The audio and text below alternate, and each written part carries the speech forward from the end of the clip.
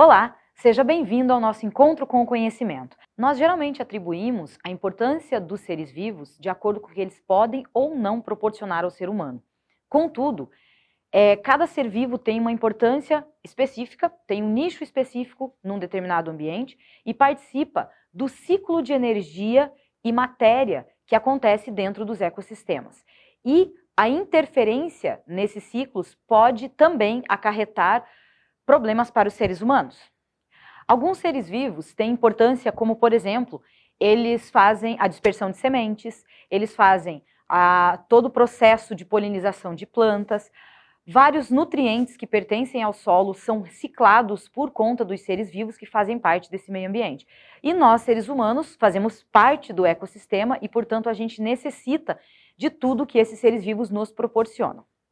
Acredito que você já tenha ouvido alguém te falar que você precisa comer para ficar forte, que você precisa comer para crescer. A gente sempre ouve muito isso na infância, né? Mas a gente precisa comer para quê? A gente precisa obter energia por quê? Qual a importância dela no ecossistema e no nosso organismo?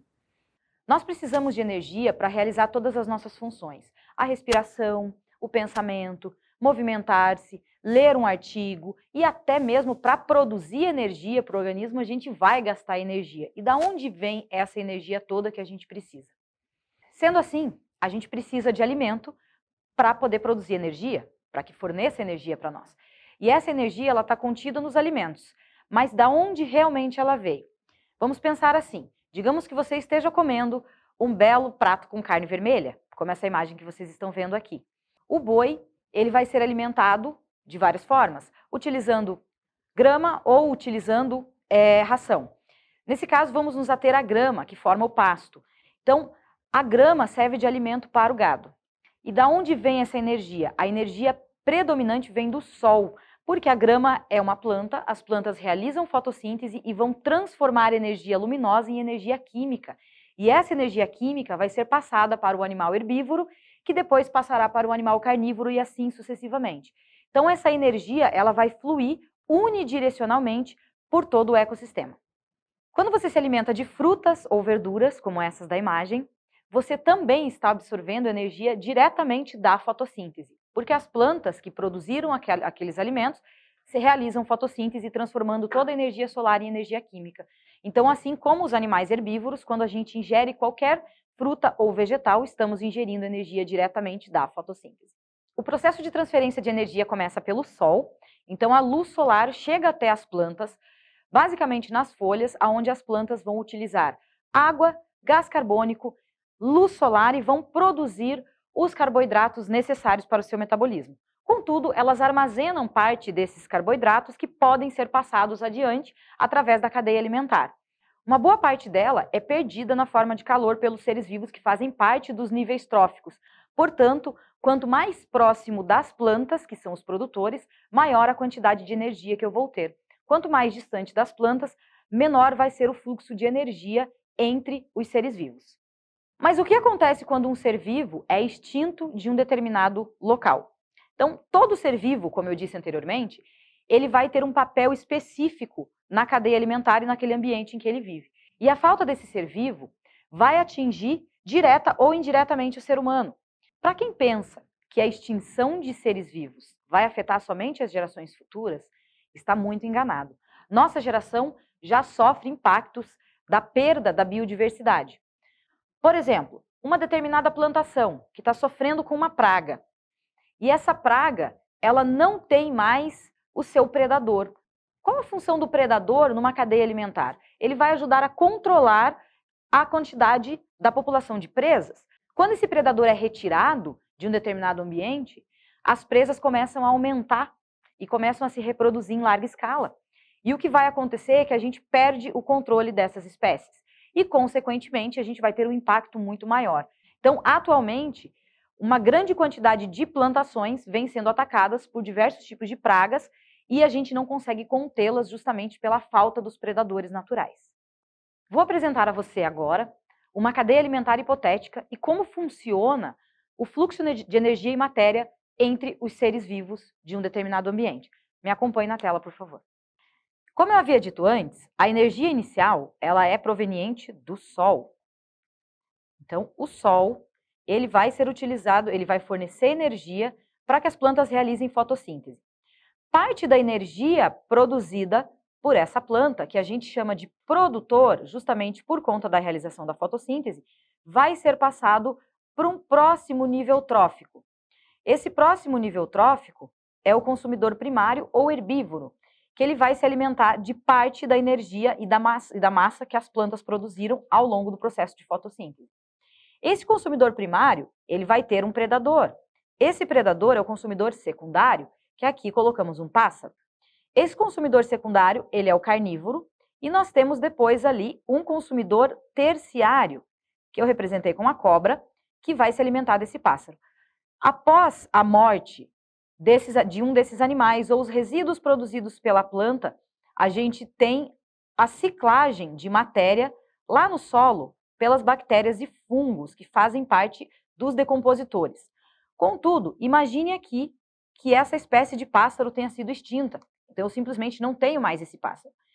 O que vai acontecer nesse ambiente? Eu vou ter um aumento do consumidor primário, já que ele não tem mais o seu predador. A cobra vai ter uma diminuição do fornecimento de alimento, já que ela não tem mais o pássaro para se alimentar. E, consequentemente, os herbívoros também vão atacar de maneira mais agressiva os vegetais que estão naquele determinado ambiente.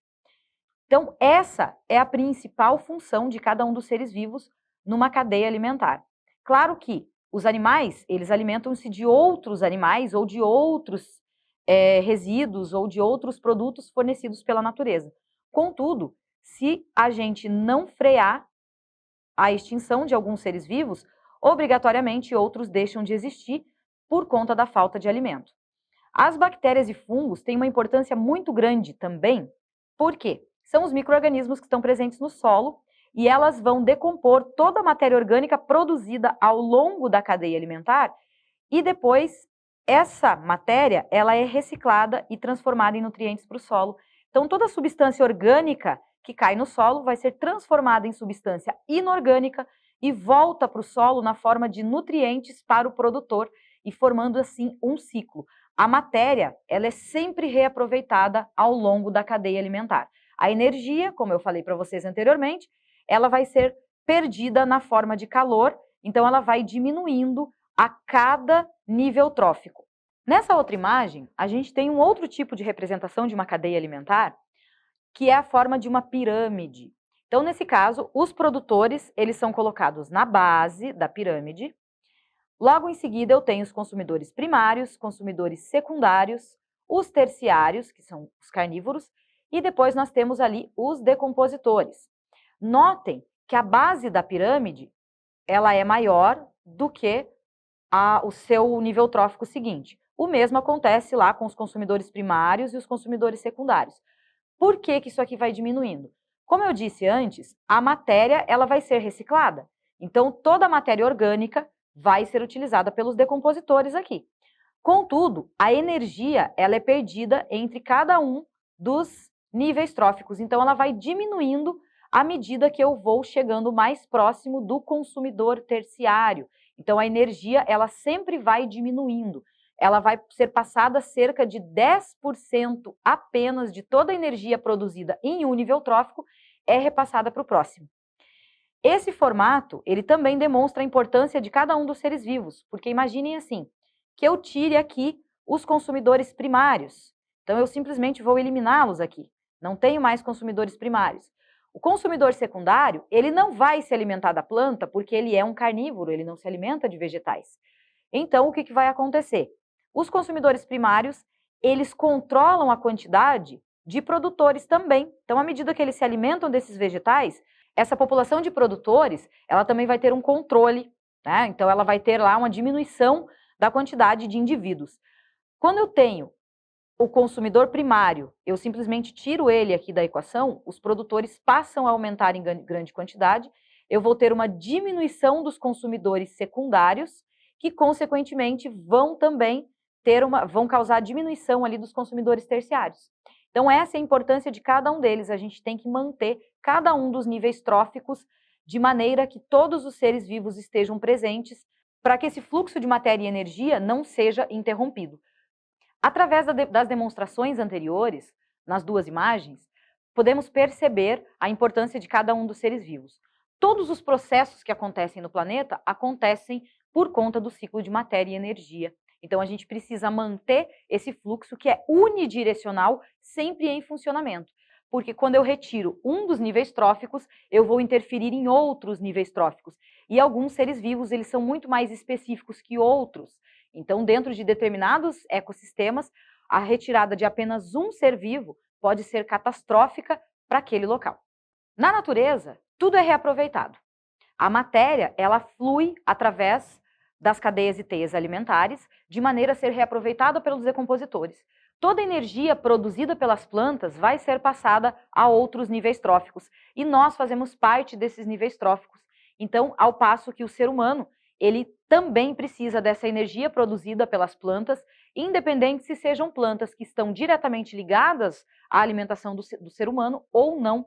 Então, muitas vezes, a interferência no habitat vai interferir também na sobrevivência dos seres humanos. Na aula de hoje, aprendemos um pouco mais sobre a cadeia alimentar e a importância dos seres vivos em cada um dos ecossistemas. Até a próxima!